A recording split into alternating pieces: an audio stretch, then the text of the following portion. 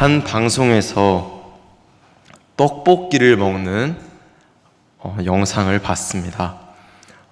많은 게스트들과 MC들이 다 같이 매운 떡볶이를 먹는데 코미디언 박명수 씨가 매워하는 게스트에게 메추리알을 먹으면 안 매워요 라고 말했습니다. 그랬더니 옆에 있던 다른 MC가 그거 다 아는 얘기를 하고 그래 라고 핀잔을 주니까 많은 사람들이 많이들 웃었습니다. 근데 박명수 씨가 곰곰이 생각하더니 다시 그에게 이렇게 반문하더라고요. 그럼 내가 아는 걸 말하지 모르는 걸 어떻게 말하냐. 우리는 다 누구나 아는 얘기를 하며 살아갑니다. 깻잎 무침은 2장 먹으면 짜니까 1장씩만 먹어라. 운동을 해야 건강하게 살아갈 수 있다 등. 우리는 다 아는 얘기지만 그 말을 서로 나누며 살아간다는 것이죠. 오늘 본문에는 누구나 다 아는 얘기를 하는 에스더와 모르드게가 나옵니다. 그들은 누구나 다 아는 얘기를 하지만 서로 다른 의미를 담고 있는데요. 오늘 본문 말씀을 함께 보시며 나는 어떤 말을 하고 가며 살아가는지 묵상하며 은혜를 나누고자 합니다. 먼저 본문의 상황을 보도록 하겠습니다. 왕이 하만이라는 자를 아껴서 그를 굉장히 높이 올려 세워줬습니다. 그래서 많은 사람들이 그의 앞을 지나갈 때마다 절을 했어야 되는데 믿음이 충실한 모르드게는 하만에게 절을 하지 않고 믿음을 지켰습니다. 그래서 하만에게 미움을 샀고 모르드게와 유다 백성 전체가 위험에 빠지게 됩니다. 하만은 왕에게 많은 은을 주면서 자기에게 마음에 들지 않는 족속을 멸할 수 있는 권한을 받게 되죠. 그래서 오늘 본문의 상황으로 넘어오게 됩니다. 모르드게가 이 모든 위험을 역전시킬 수 있는 유일한 사람, 자신이 딸처럼 키운 조카 에스더에게 하나님의 백성답게 살라는 말을 전하는 내용이죠. 7절과 8절을 다시 제가 읽어보겠습니다. 모르드게가 자기가 당한 모든 일과 하만이 유다인을 멸하려고 왕의 금고에 바치기로 한 은의 정확한 액수를 하닥에게 말하고 또 유다인을 진멸하라고 수산궁에서 내린 조소 초본을 하닥에게 주어 에스더에게 보여 알게 하고 또 그에게 부탁하여 왕에게 나아가서 그 앞에서 자기 민족을 위하여 간절히 구하라 하니. 이스라엘 백성이 애굽에서 노예 생활로 핍박을 받고 이스라엘 백성이 바벨론으로 끌려가서 식민 생활을 합니다. 전쟁에서 승리한 다윗도 사울에게 아무런 이유 없이 핍박을 받았고 하나님의 말씀을 그냥 대언하는 에레미야 선지자도 핍박을 당했습니다. 하나님을 믿는 사람들이 핍박을 당하는 일은 너무나 당연한 일인 것 같죠. 이렇게 궁지에 몰리게 되는 하나님을 믿는 사람들은 보통 2가지의 행동을 합니다. 첫 번째는 내가 할 수 있는 최대한의 힘을 다해 발버둥 치는 것이며 다른 하나는 하나님을 찾고 하나님께 부르짖는 것입니다. 모르드게는 일단 자신이 할 수 있는 최대한의 발버둥을 쳤습니다. 그건 뭐냐면 왕궁 앞에서 모시옷을 입고 재를 자기 머리 위에 터는 것이죠. 모시옷을 입은 사람은 왕궁에 들어갈 수 없다는 법도가 있습니다. 결국 모르드게 하는 발버둥은 왕에게 결코 닿을 수 없는 가짜는 발버둥입니다. 많은 사람들이 생각합니다. 발버둥 친다고 달라질 게 있을까라는 생각. 내가 목소리를 낸다고 이 목소리를 누가 들어주기나 할까? 소용없을 것 같아서 시도조차 안 하는 사람들이 많죠. 나보다 거대한 조직, 나보다 큰 세상에 저항해봤자 목숨만 잃을 수 있는 시대에 우리는 조용히 입을 다무는 나의 정체성을 섬기는 효율적인 방법을 선택하는데요. 그런데 성경을 보면 이런 개개인의 작은 발버둥을 하나님께서는 크게 사용한다는 것을 우리는 찾아볼 수 있습니다. 죄를 짓지 않기 위해 발버둥 친 요셉은 보디발의 아내에 의해 감옥에 가게 되지만 결국 이스라엘 백성들을 살릴 수 있는 애굽의 총리로 하나님은 사용하셨고, 머리카락이 잘리고 장님이 된 삼손은 발버둥 치겠다고 하나님께 부르짖는 순간 그가 살아있을 때보다 더 많은 블레셋의 사람을 물리치는 기적을 맛봅니다. 그리고 오늘 본문에서 왕에게 절대 닿지 않을 만한 발버둥을 친 모르드게의 그 모습을 하나님께서는 보셨고 그 발버둥을 사용하셨습니다. 바로 조카 에스더에게 이 모든 상황을 말하게 하는 것이죠. 우리도 삶을 살면서 내가 그리스도인으로 산다고, 내가 그리스도인으로 남으려고 발버둥 친다고 뭐가 달라질까라는 생각을 하게 됩니다. 내가 이거 술 한 모금 안 마신다고 뭐가 달라질까? 내가 전도한다고 해서 누가 교회에 나오기나 할까? 그래서 그리스도인은 발버둥을 멈추고 조용히 살아가려는 것을 때때로 선택하려고 합니다. 그러나 우리의 작은 발버둥을 하나님께서는 쓰실 줄을 믿습니다. 우리 삶 속에서 끊임없이 발버둥 칠 때 우리의 그 작은 발버둥으로 말미암아 하나님의 역사가 일어날 것이니 우리 한 주간 살아가면서 열심히 그리스도인으로 남기 위하여 발버둥 치는 저와 여러분이 되길 소망합니다. 그렇게 기회를 얻은 모르드게, 에스더에게 정확한 상황과 유다인으로서 당신이 해야 될 것이 무엇인지 전달하죠. 9절에서 11절입니다. 하닥이 돌아와 모르드게의 말을 에스더에게 알림해 에스더가 하닥에게 이르되 너는 모르드게에게 전하기를 왕의 신하들과 왕의 각 지방 백성이 다 알거니와 남녀를 막론하고 부름을 받지 아니하고 안뜰에 들어가서 왕에게 나가면 오직 죽이는 법이요 왕이 그 자에게 금규를 내밀어야 살 것이라. 이제 내가 부름을 입어 왕에게 나가지 못한 지가 이미 30일이라 하라 하니라. 아멘. 우리는 피해보는 것을 누구보다 잘 캐치해내는 능력이 있습니다. 남들보다 조금 손해보는 것 같으면 잘 웃다가도 삐릿삐릿하고 내 신경이 곤두세워지죠. 그리고 이상함을 감지하면 곧바로 따지기 시작합니다. 내가 왜 손해봐야 되냐고, 내가 왜 위험을 무릅서야 되냐고. 예를 들어서 친구들과 여행을 간다던가 누군가와의 식사 자리가 있을 때 우리는 다 오늘날의 총무를 절대로 하기 싫어합니다. 괜히 총무를 했다가 돈 돌려달라는 귀찮은 말을 해야 되고 돈도 못 돌려받으면 관계도 깨지고 괜히 뭔가 꺼림직한 일을 감당하니까 누구도 오늘 내가 계산할게 라는 말을 별로 냉큼하지 않는단 말이죠. 돈이 많은 사람들 이외에요. 그래서 내가 왜 굳이 내 목숨을 걸고 유다 백성을 살려야 되나요? 라는 에스더의 마음도 있을 겁니다.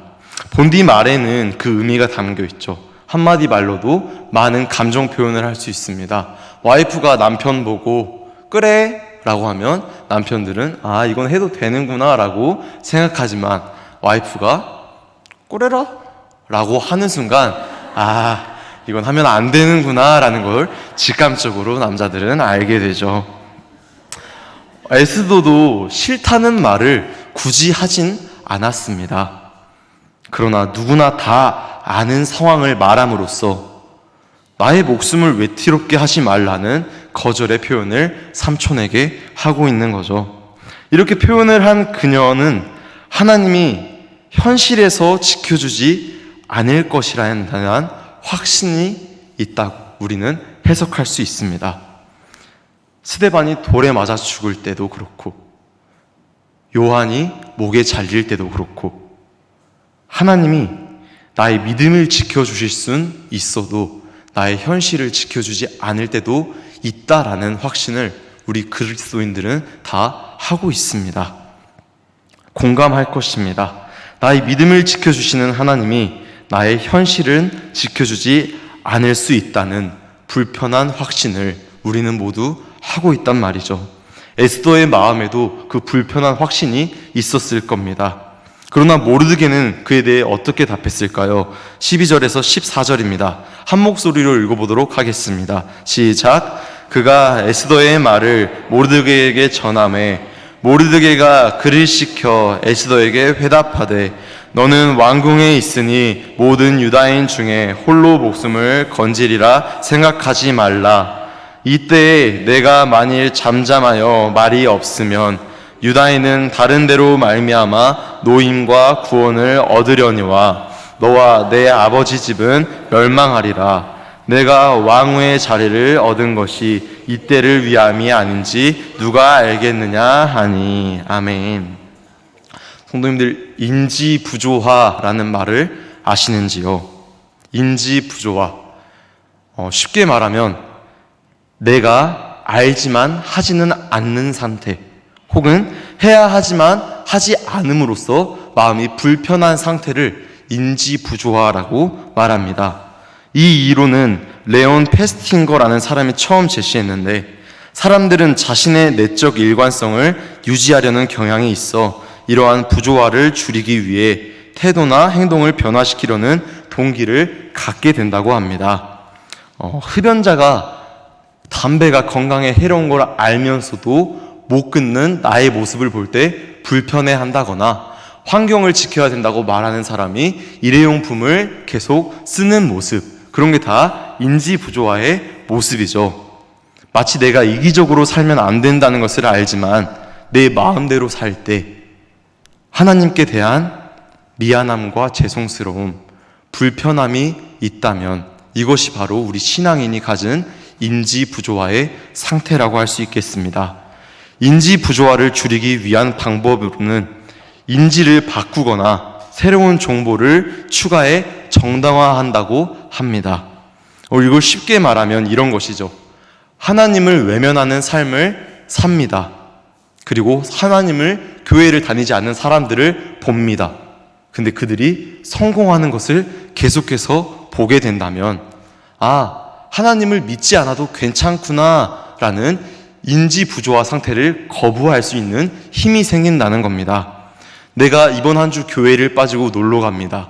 내가 또 한 번 빠지고 놀러 갑니다. 또 한 번 빠지고 놀러 가는데 나의 가정과 신체적, 육신적, 정신적으로 아무런 피해가 없다면, 그런 정보가 계속 쌓인다면 교회에 빠져도 괜찮구나 라는 정보가 생김으로써 신앙인이 가져야 될 인지부조화를 거부할 수 있게 된답니다.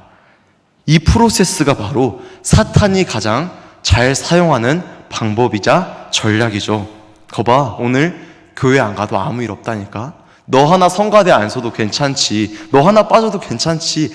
하나님은 그래도 너를 죽이진 않아. 거봐, 괜찮잖아 라고 사탄은 계속해서 이 인지부조화를 부디게 만든다는 겁니다. 그래서 저는 기독교인이라면 인지부조화를 계속 느껴야 된다고 말하고 싶습니다. 내가 하나님의 말씀대로 잘 살아가고 있는가? 내가 선행을 베풀고 있는가? 내가 인내하고 있는가? 용서하고 있는가? 사랑하고 있는가? 하나님의 말씀대로 살아가고 있는가? 우리는 계속 인지부조화 상태를 느껴야 됩니다. 그럼으로써 한 걸음 한 걸음 더 주님께 나아가야 하는 발버둥을 쳐야 된다는 것이죠. 신명기 1장 31절을 보면 이스라엘 백성들이 아모리 족속 앞에서 하나님께 원망하는 모습이 나옵니다. 그러니까 모세는 말합니다. 너네 광야 때를 생각해봐. 사람이 자기 자녀를 품에 안듯이 하나님이 우리를 품에 안아서 광야를 무사히 지나갔잖아. 아모리 족속이 창과 칼을 들고 이스라엘 백성 앞에 서 있으니까 이스라엘 백성들은 하나님이 나를 지켜주지 않을까봐 원망을 쏟아냅니다. 에스더도 왕에게 나아가 하소연을 할 수는 있지만 그런 규율을 어기는 것이고 나는 죽게 되는 상황이라 삼촌에게 원망이 섞인 거절을 하고 있는 것이죠. 우리는 어떻습니까? 우리 목숨을 내놓고 신앙생활을 하라는 것도 아니지만 우리 가장 소중한 것, 내가 가장 사랑하는 것을 조금 희생하면서 신앙생활을 하라 그러면 우리는 우리 입술이 대빨 나오기 시작합니다. 내가 왜 그래야 돼요? 싫어요 하나님 라고 말하죠. 그리고 내가 내 삶이 너무나 힘들게 땅바닥으로 처박힐 때 하나님을 원망합니다. 주님, 이건 아니잖아요. 나 이런 삶 싫어요 라고 하나님을 원망한다는 것이죠. 마태복음 23장 37절에는 내 마음을 다하고 목숨을 다하고 뜻을 다하여 주 너의 하나님을 사랑하라는 말씀도 있는데 우리는 과연 어떤 모습이냐 말입니다. 모르드게 역시 하나님이 나를 지켜주지 않을 수도 있다는 불편한 확신이 있었을 수 있습니다. 그러나 그는 하나님께서 나를 반드시 구원해 주신다는 믿음이 나를 지켜주지 않을 것이라는 불편한 확신보다 더 큰 믿음을 가졌고, 그 큰 믿음을 조카 에스더에게 전했을 때 에스더 역시 믿음이 성장할 수 있는 기회가 가졌다는 말이죠. 16절에서 17절입니다. 당신은 가서 수산에 있는 유다인을 다 모으고 나를 위하여 금식하되 밤낮 3일을 먹지도 말고 마시지도 마소서. 나도 나의 시녀와 더불어 이렇게 금식한 후에 규례를 어기고 왕에게 나아가리니 죽으면 죽으리라 하리라. 모르드게가 가서 에스더가 명령한 대로 다 행하니라. 아멘. 16절에 보니 유다인들이 있는 곳은 수산이라고 합니다. 수산은 페르시아의 수도로서 그 당시 세상의 중심이라고도 할 수 있습니다. 유다인들이 그곳에 있었다는 것은 세상의 중심에 그리스도인으로 있었다는 것이며, 그들은 죽으면 죽으리라는 믿음으로 하나님께 울부짖었을 때 하나님께서 그들을 구원하셨다라는 내용이 바로 에스더의 내용입니다. 결국 에스더 4장에서 가장 빛나는 행동은 그리스도인의 순종과 그리스도만을 의지하는 기도입니다. 그들은 죽으면 죽으리라는 각오로 3일 전에 하나님께 매달려 금식 기도를 했습니다.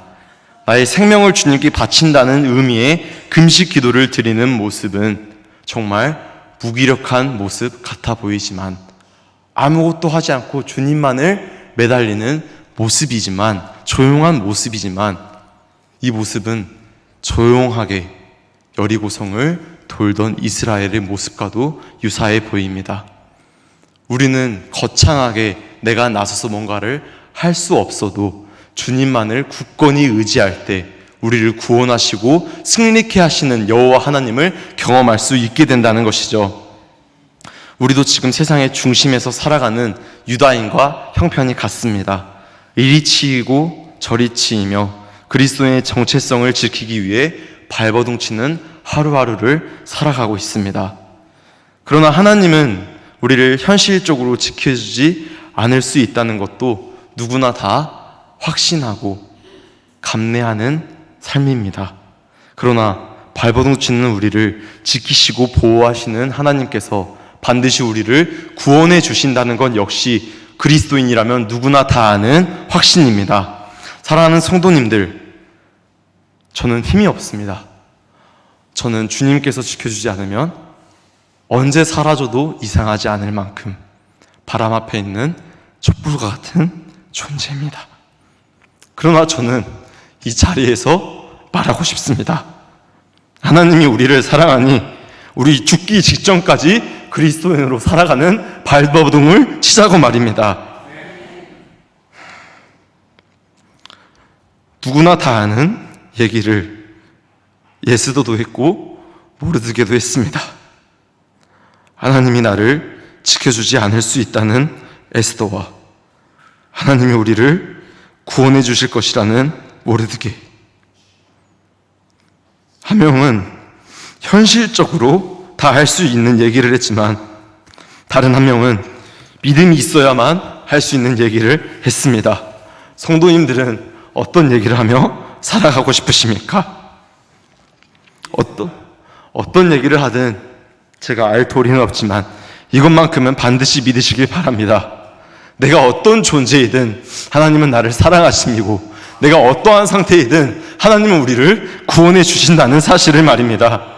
그러니 우리 이번 한 주간에도 나를 사랑하시는 주님을 굳건히 믿고, 나를 구원해 주시는 주님을 굳건히 믿고 그리스도인으로서 발버둥치며 살아가는 저와 우리 예양의 모든 성도님들 되시길 주님의 이름으로 축원합니다.